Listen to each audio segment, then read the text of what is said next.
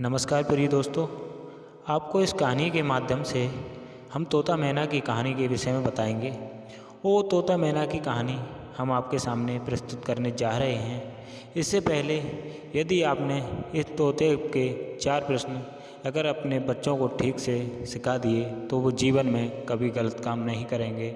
और राजा और रंक की वो कहानी है, ये वो तोता मैना की कहानी है जो जीवन में आपको सफलता ही सफलता दिलाएगी। इसको यदि ठीक से सुन लिया तो जीवन में कभी निराश नहीं होगे, जो काम सोचोगे वो हमेशा होगा। और आप इस कहानी को अंत तक जरूर सुनिएगा। तो आइएगा कहानी को शुरू करते हैं। प्राचीन समय पर एक बहुत ही भयंकर जंगल था। उसी जंगल में बहुत से भयानक जानवर भी रहा करते थे, जो अपना पेट पालने के लिए किसी भी जानवर को मारकर खा लिया करते थे। इसी के जंगल के बीच में एक पेड़ था और एक पेड़ पर एक तोता और मैना का जोड़ा रहा करता था। तोता बहुत ही असली किस्म का था, जो दिन भर पेड़ पर ही बैठा रहा करता था। और उसी पेड़ पर एक मैना भी रहती थी, जो तोते को उल्टा पढ़ाया करती थी। मैना को तो असली बिल्कुल पसंद नहीं थे। मैना बहुत ही मेहनती थी।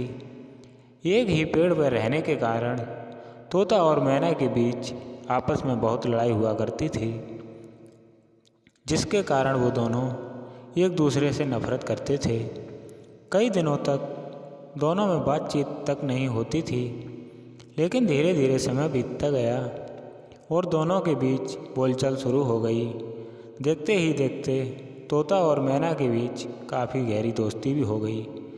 कुछ समय में वह एक दूसरे से इतना घुल मिल गए कि वह एक दूसरे से प्रेम भी करने लगे थे, जो एक दूसरे के बिना एक पल भी नहीं रह पाते थे।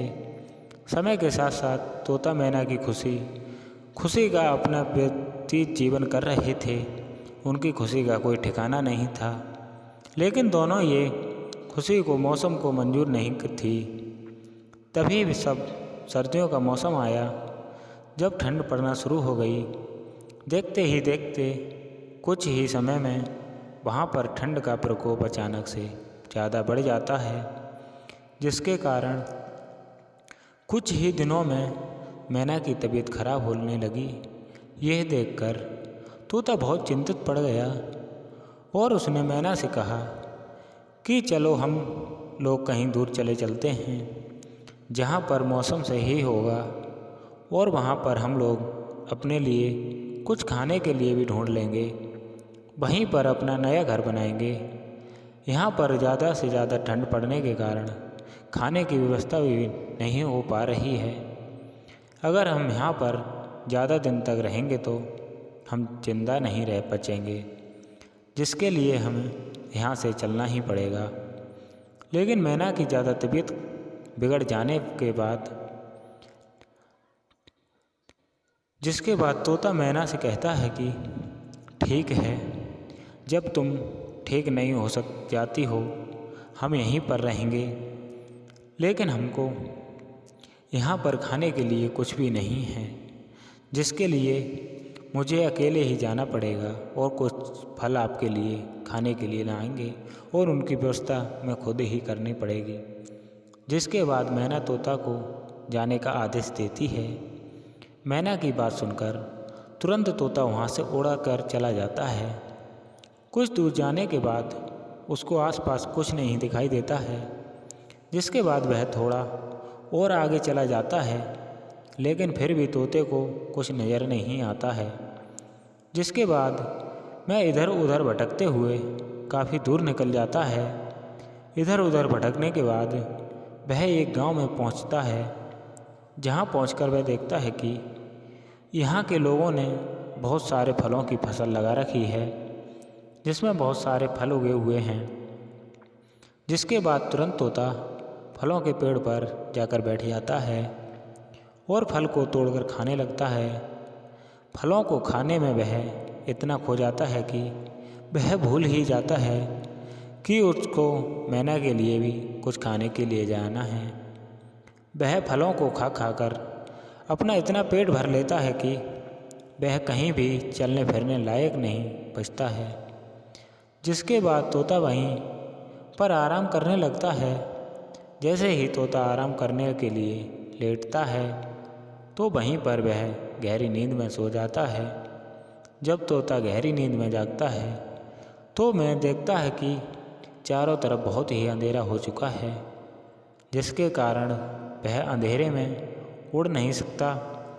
फिर वह अपनी इस गलती को कोसने लगता है और अपने को बहुत ही ज़्यादा बेकाबू होने के लिए किस सब सब्र करे कि सुबह से जल्दी हो जाए। यह मेरी गलती है, मुझे इतना नहीं कहना चाहिए था। अब मैं अपनी मैना के पास कैसे जाऊंगा? वह बेचारी किस परेशानी से गुजर रही होगी। उसकी तो तबीयत भी बहुत ज़्यादा ख़राब है। अब मैं क्या करूं? किस प्रकार से मैं उसके पास जाऊं? जिसके बाद तोता सुबह होने का इंतज़ार करने लगता है और सुबह होने का इंतज़ार करते करते तो सुबह होती है।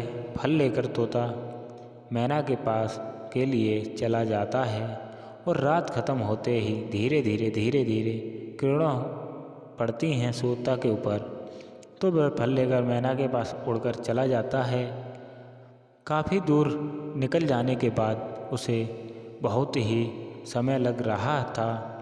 2-3 दिन लगातार उड़ने के पश्चात वह मैना के पास पहुंच जाता है और तुरंत मैना के खाने के लिए कुछ फल देता है, जिसको खाकर मैना थोड़ी सी जान में जान आती है। लेकिन बहुत ज़्यादा तबीयत खराब होने के कारण मैना को बहुत ज़्यादा कमज़ोरी आ जाती है, जिसके कारण वह उड़ नहीं पा रही थी। तभी यह देखकर तोता मैना से कहता है कि जब तक तुम पूरी तरीके से ठीक नहीं हो जाओगी, मैं रोज़ आऊँगा और तुम्हारे लिए खाना लेकर आऊँगा। इसके बाद तोता रोज़ उस गांव में उड़कर जाता था और वहाँ से कुछ फल लेकर वापस आता था। धीरे धीरे ऐसा करते करते काफ़ी समय बीत चुका था। तोते के इस प्रयास से मैना धीरे धीरे ठीक होने लगी थी।